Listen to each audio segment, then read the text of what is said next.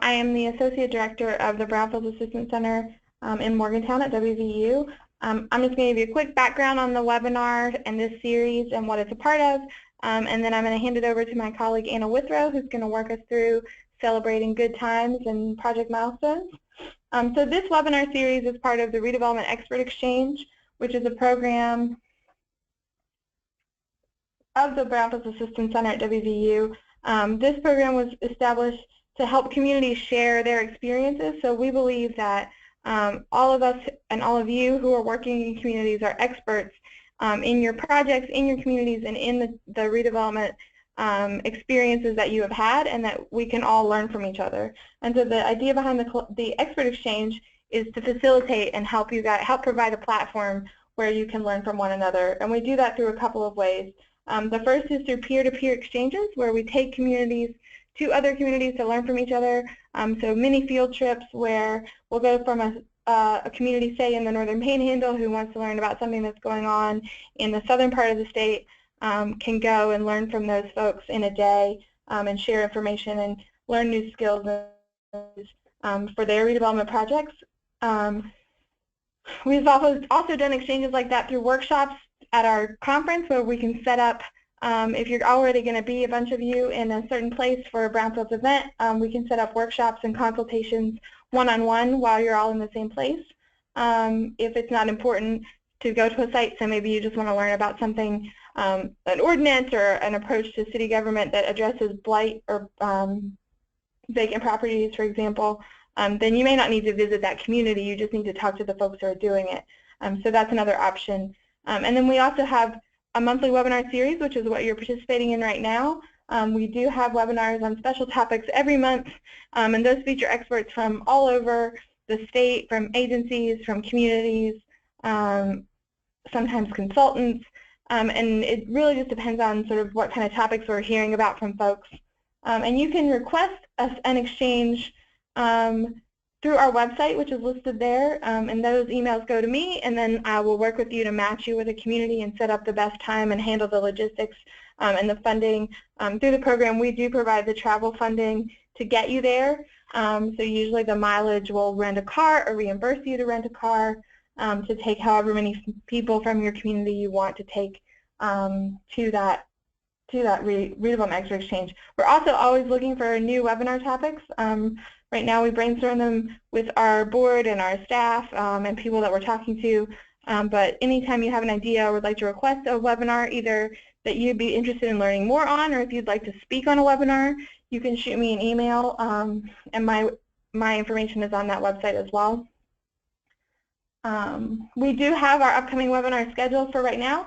In late September, we're going to have an EPA grant writing workshop with the New Jersey Institute of Technology. They are what's called a technical assistance on brownfield provider, so they have funding specifically from the EPA to help communities across our region access EPA funding and resources. And so we're still picking a date, but in the last week of October, they will do a webinar on the next round of EPA grants, which we expect will come out probably in late September as well. So they'll be ready to talk to you about those new guidelines and talk about how they can help. We'll talk about how the Brownfield Center can help you with those applications.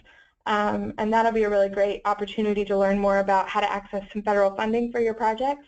We're still working on an October topic, so if you have an idea, again, I'd love suggestions. And then on November 29th at 2 p.m., we'll have a webinar on redevelopment, riverfront redevelopment down by the river, engaging your community in riverfront redevelopment. And that's going to be a great session with some folks who are doing work all over West Virginia on rivers and have been doing some work in Pennsylvania as well. So those are some great opportunities that are coming up, and then we'll also have one in December to be announced soon. And shortly, the registration for that November webinar and September webinar will be open, and a notice will go out through our regular emails from the Brownfield Center. Another way that the Brownfield Center helps to share stories and resources about Brownfield redevelopment is through an annual conference. This year's conference is next week in Charleston. This year we're partnering with folks from across the Central Appalachian region, and so we'll be offering on Wednesday, September 7th, the West Virginia Brownfields Conference, and then on Thursday, September 8th, the Regional Brownfields Conference. There will be great and relevant information for people across the region on both days, so we hope that you'll be able to join us. It's going to be the biggest conference yet. We're expecting over 270 people so far. I believe that registration online is currently closed, but if you are just dying to come and haven't registered yet, you can also shoot me an email and I'll add you to the waiting list and see if a spot frees up in the next day or so. And if you are already registered for the conference but haven't yet registered for a pre-conference mobile workshop, I would encourage you to do so. We have 3 great topics. We'll be going to the Freedom Industries site to learn about that spill and the follow-up and clean up to that. There will be a group going to the Girl Scout facility in Charleston, which is on a brownfield, and the first 10 registrants will receive a box of Girl Scout cookies, so that's a lot of fun. And then we'll be doing a tour of downtown redevelopment on the east and west ends of Charleston, where we'll hear about several different opportunities and success stories of redevelopment projects. And you can get more information on that at the website listed there. And before I hand it over to Anna, just a couple of quick housekeeping things. We are recording this webinar and it will be available on our website in the next week or so. Once that is live and available, you will get an email from me that tells you how to get to it. So you'll be able to access the slides and the information after today and share it with folks. And then as we go through, you are all on mute, but you can ask questions in either the chat box or the question box, and I'll be watching that as Anna's going through the webinar to interject with questions, and then we'll also take questions at the end. So anytime you think of a question, just type it in, and I promise that we will get to it before we finish today. And with that, I'm going to switch it to Anna, so give us a second to pull up her presentation, and we'll dive right in. All right. Thanks, Jerry.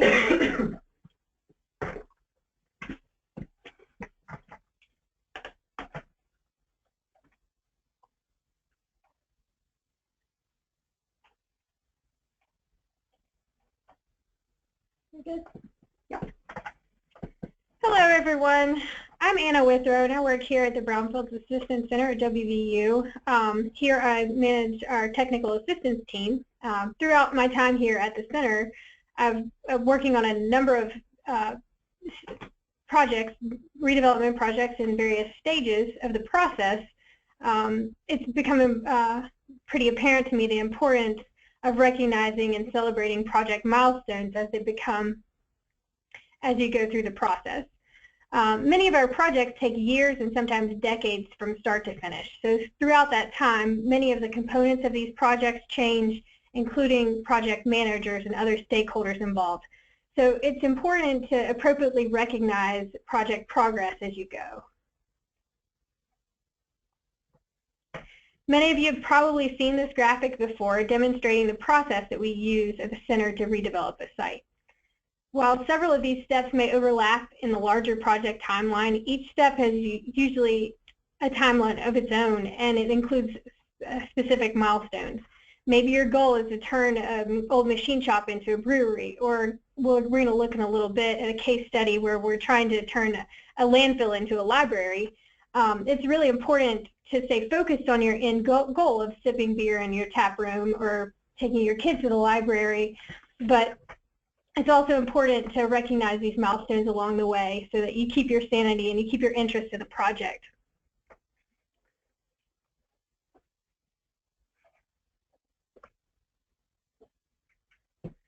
When wrapped up in achieving your project end goals, I've often witnessed project stakeholders overlooking the celebrating part. I get it, we're all busy. Celebrations can take time and planning, and on the surface, this may be perceived as wasted time, not being spent on achieving your project next steps. Without celebrating along the way, these projects seem larger and more difficult to manage. In addition to recognizing the folks who put in the hard work in achieving the milestones, celebrations are a great way to demonstrate progress to existing and potential funders and to keep the community informed about your project. Here are some of the types of milestones that are worth celebrating. Many of our projects involve transferring property ownership to to qualify for funding or to merge adjacent properties in order to accommodate a larger redevelopment area. Achieving a property transfer is a significant milestone in the process, so it's really important to celebrate that appropriately.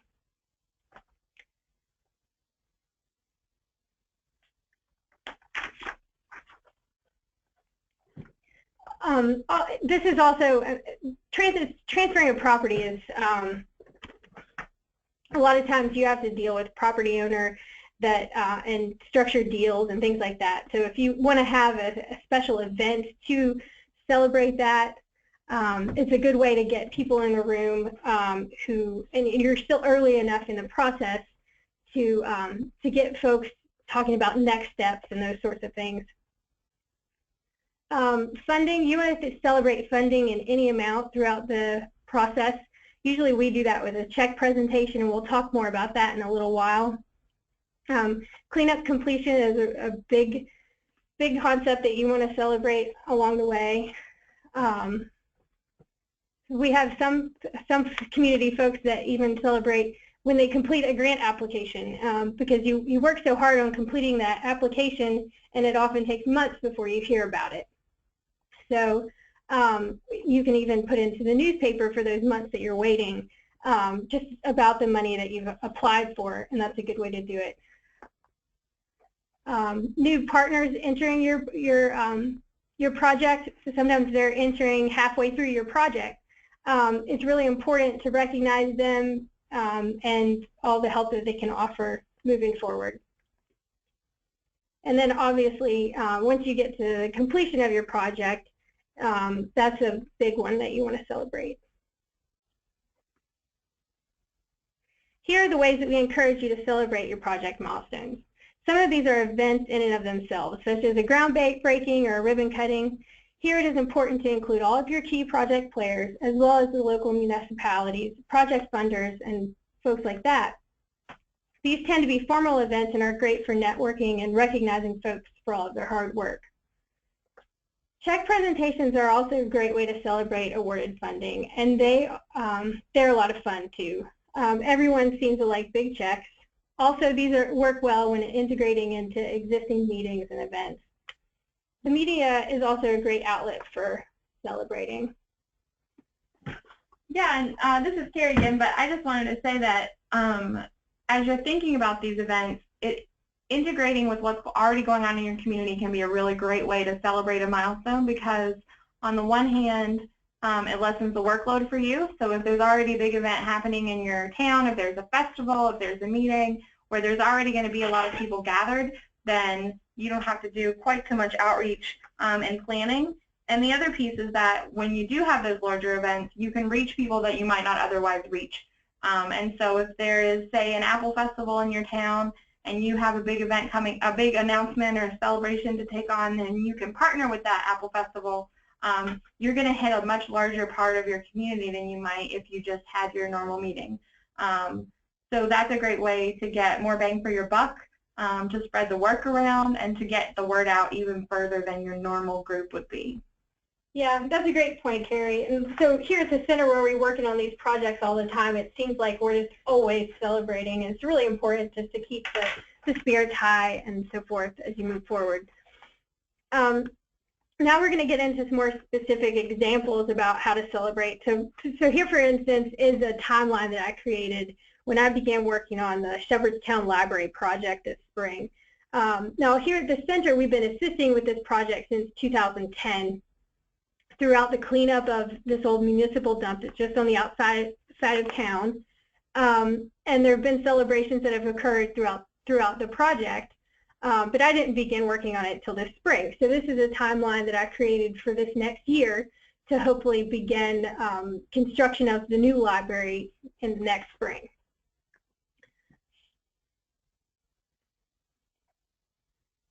Then here is relating to those things. So we had some different things that are very specific to the project, just like you would have with any of your projects. And then you can see how we would identify ways that we would want to celebrate along the way. So for instance, here we were merging two adjacent parcels with our site so that we could have a larger site to redevelop. We're dealing with two property owners of the adjacent sites, and it's been difficult to structure deals with them and just to interact with them. So upon obtaining ownership of these two sites, we're talking about doing an event that will recognize the donation of these properties and recognize the adjacent property owners for doing that. And that's also a good opportunity for fundraising and just bringing the community in the loop on what's going on with the project. Here's another milestone just below that. The project committee had been working for months to agree upon a layout for the design or for the site. And so finally in July, they agreed upon that.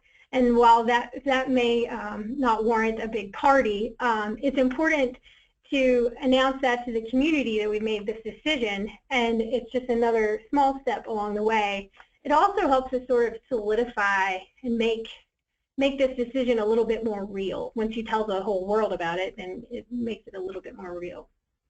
A couple of other things that we have coming up where we're planning to do some celebrating is as soon as the fundraising coordinator decides that we have reached the percent that she would like us to reach, she's going to take our capital campaign public. And once that happens, I see another sort of fundraising event with a more targeted audience. And then again in the spring, we're talking about having another event, which would be a groundbreaking when we finally do begin construction. Here are some more examples. Here are a couple of examples of check presentations. Now, Carrie had mentioned sometimes you want to have these when you're already having events, and some of them are an event in and of themselves. And you'll notice that the picture on the left is for a smaller amount. It's a mini grant. There's a small group of folks. The one on the right is a substantial amount. It includes all the key players for the project. Now, notice with both photos, you'll see that the surrounding scenery is not distracting. On the left, you can see the signage with the library, which also helps tell the story about what we're doing here. So these photos would be really appropriate to appear in the newspaper or on your website or our website. Another way that you can celebrate is with special parties. We encourage all sorts of creative events to help with your project story. Here on the left, you can see a celebration for the library once the cleanup was complete. You can see on the cake it says, "Brownfields the green, it's all clean." And you can see that the librarian is serving cake to all the key players. On the right, there was another special event. This was a mural painting as part of a community festival. This is part of a celebration for Broke Glass getting their Brownfield cleanup grant last year.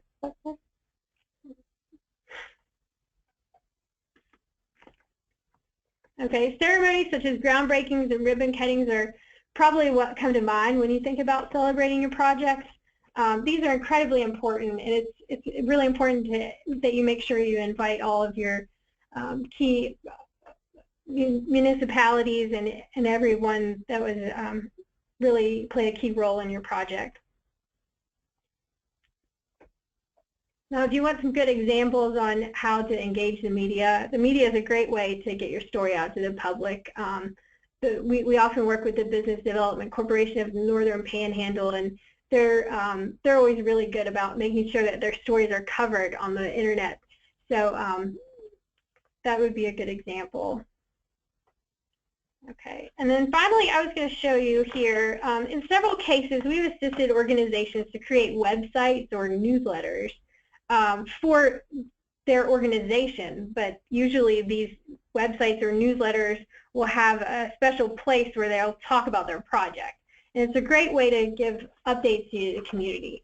So we've been talking a lot about the Shepherdstown Library. Let's look at how they have set up their website and their monthly newsletter to show what's going on with their project.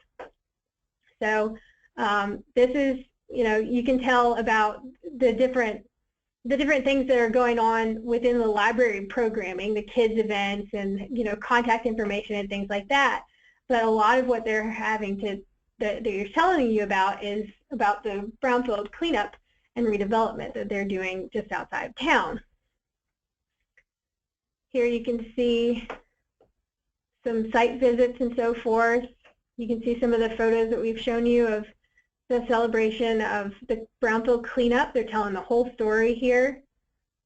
Here you can see in the spring of this year, I joined the team. As I'd said earlier, I started working on that project then. They have a photo of me. And then you can see more on the story and their planning.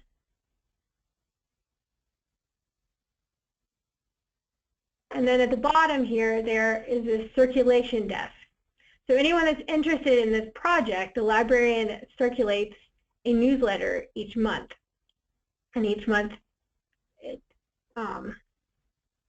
this newsletter will do a lot of what the website does, but in a more abridged version. Oops, I didn't mean to give that same one. Here you can see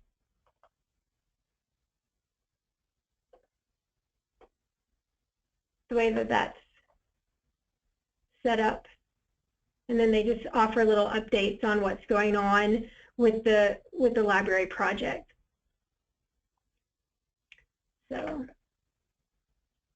I encourage you to check that out more, or to think about how you might showcase your organization in order to showcase your project. And that's all that I have at this time. Does anybody have any questions?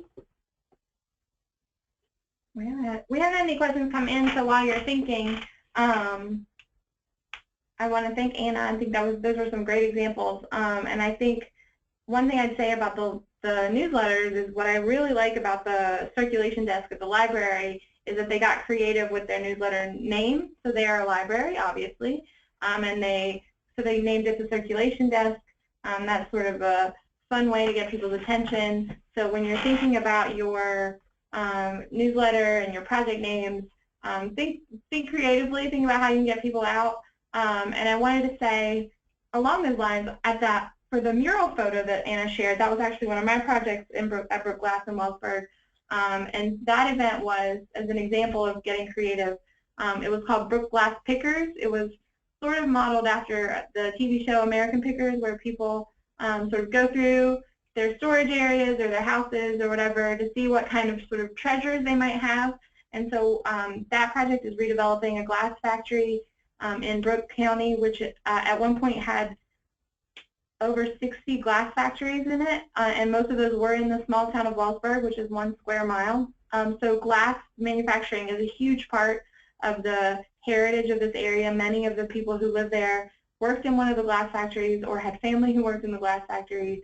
And it's an important part of their identity. And so in order to celebrate that, we had this event to create this mural which celebrates that history, and also asked people to go through what they had and share with us photos of pieces of glass that were manufactured in Wellsburg. And so we collected those for several weeks. We had those on a gallery of those on display, not the actual pieces, to protect them, and the history behind them. So we were able to celebrate that history, to get people out to have some fun, have kids paint a mural, tour the site, which was really great because a lot of people had not been inside of it, or people who had worked there had not been there for some time, so they were able to walk through and share even more information with us than we already had about the history of the site. And that site owner, the BDC, is working very hard to capture and preserve as much of that history as they can as they look at redeveloping it and partial demolition due to contamination. So that's not something you might typically think of when you're thinking of events, and I would encourage you to think that creatively, because then you get people who may not just show up for a meeting, but are definitely interested and are going to get your information that way in a way that they may not otherwise have gotten. Yeah, and one of the big points that I really wanted to get across with this is that sometimes taking time away from direct project work to celebrate the milestones along the way seems like, it might seem on the surface like a waste of time, but you end up getting the key players in your project all together, and they're all in a really good mood when these things happen. So it's usually a great way to talk about project next steps or your next project. So it's really not a waste of time. The payoff ends up being pretty significant. Yeah, and I think it's important to take a breath. We're all working very hard on these projects, and we all deserve a little celebration every once in a while. So I think it's important to take a moment and consider what you've done and celebrate that and make sure that other people know, because while you might feel like you know everything that's happening, everybody's talked about everything that's happening, not everybody's living and breathing it every day like you are. And so it's nice to get that word out and let other people know exactly all the great work that you're doing. Any questions? No? All right, well, if we don't have any questions, we'll go ahead and end the webinar. Again, this will be posted on our website in the next week or so, and I hope to see many of you at the Brownfields conference next week. And if you think of questions afterwards, you can always reach out to Anna or to me. Our email addresses will be in the information that goes out, and we'd love to chat. And if you're thinking about planning a celebration, we are here to help, so just give us a call. Thanks.